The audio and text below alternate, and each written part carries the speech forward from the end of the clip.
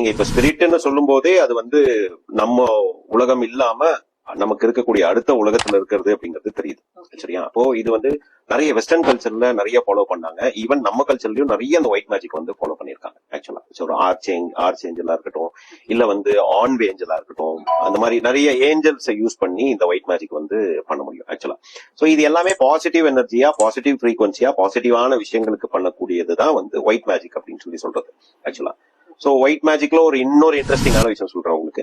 Even white மேஜிக்கை use பண்ணி நீங்க வந்து நிறைய பீப்புளை வந்து டுவர்ட்ஸ் யூ அட்ராக்ட் பண்ண முடியும். வசியம் வந்து நீங்க வந்து தாந்திரிக முறை இருக்கு, மாந்திரிக முறை இருக்கு. ரைட்டா? சோ மாந்திரிகத்துல தான் நீங்க வந்து நெகட்டிவ் எனர்ஜி போர்சஸ் பண்ணி வசியம் பண்ணி பண்றது. சோ இது எந்த பொருட்களும் இல்லாம வெறும் மந்திர உச்சாரணங்களும் வெறும் எனர்ஜியும் யூஸ் பண்ணி அட்ராக்ட் பண்ணிக்கிறது வந்து ஒயிட் எனர்ஜி அப்படின்னு சொல்லி சொல்லுவோம். White energy is generally called as divine energy. அது வந்து ஒரு தெய்வீகமான சக்தி அப்படிங்கிறது வந்து சொல்லப்படுது. இப்போ இந்த தெய்வீகமான சக்தியை யூஸ் பண்ணி நமக்கு லைஃப்ல வேணுங்கிற விஷயங்கள் அடையிருக்கும், இல்ல நமக்கு ஒரு பிரார்த்தனை இருக்கு அதை நிறைவேற்றிக்கணும் அப்படிங்கிறதுக்கும், இல்ல இன்னொரு ஸ்பிரிட்டோட எனர்ஜி எடுத்துக்கிறதுக்கும், நல்ல விதமான எனர்ஜி எடுத்துக்கிறதுக்கும் இந்த ஒயிட் மேஜிக் வந்து யூஸ் ஆகும்.